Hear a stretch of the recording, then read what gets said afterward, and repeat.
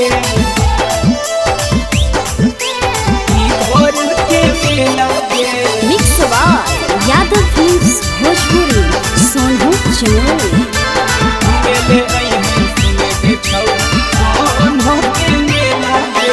चाहता chowmein burger pizza और खिलाइबौ छोला गे।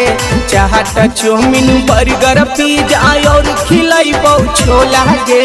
घूमे ले अइहे सुने गे छौड़ी गिद्धौर के मेला गे।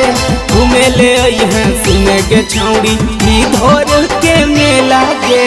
साथ में ले लीहा सखी सहेली के अइहे नहीं अकेला गे। साथ में ले लीहा सखी सहेली के अइहे नहीं अकेला गे। घूमे ले अइहे सुने गे छौड़ी गिद्धौर के मेला गे।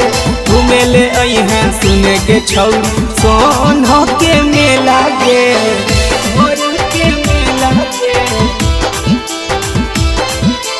गिद्धौर के मेला गे।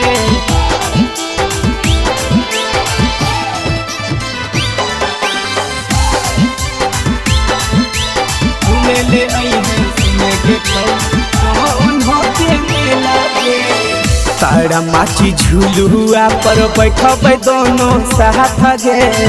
मिलके करबै सुने गे छौड़ी प्यार वाली बात गे।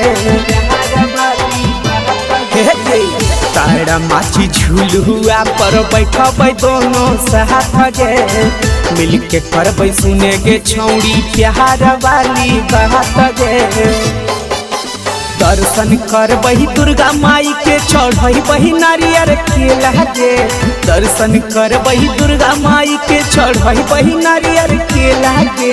घूमे ले अइहे सुने गे छौड़ी झाझा के मेला गे। घूमे ले अइहे सुने गे छौड़ी जमुई के मेला गे। जमुई के मेला गे। गिद्धौर के मेला गे।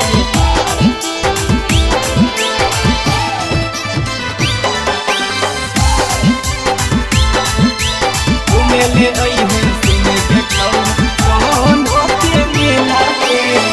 आँखी में कजराबा ओठा लाली कोइला गई है।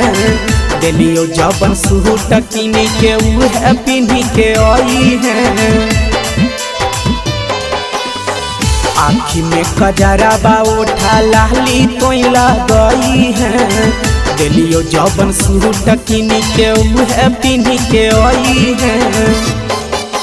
नौहंदन विकेश कहो करबै उहे खेला गे। मिथल सरंगीला कहो करबै उहे खेला गे। घूमे ले अइहे सुने गे छौड़ी खैरा के मेला गे। घूमे ले अइहे सुने गे छौड़ी लखीसराय के मेला गे।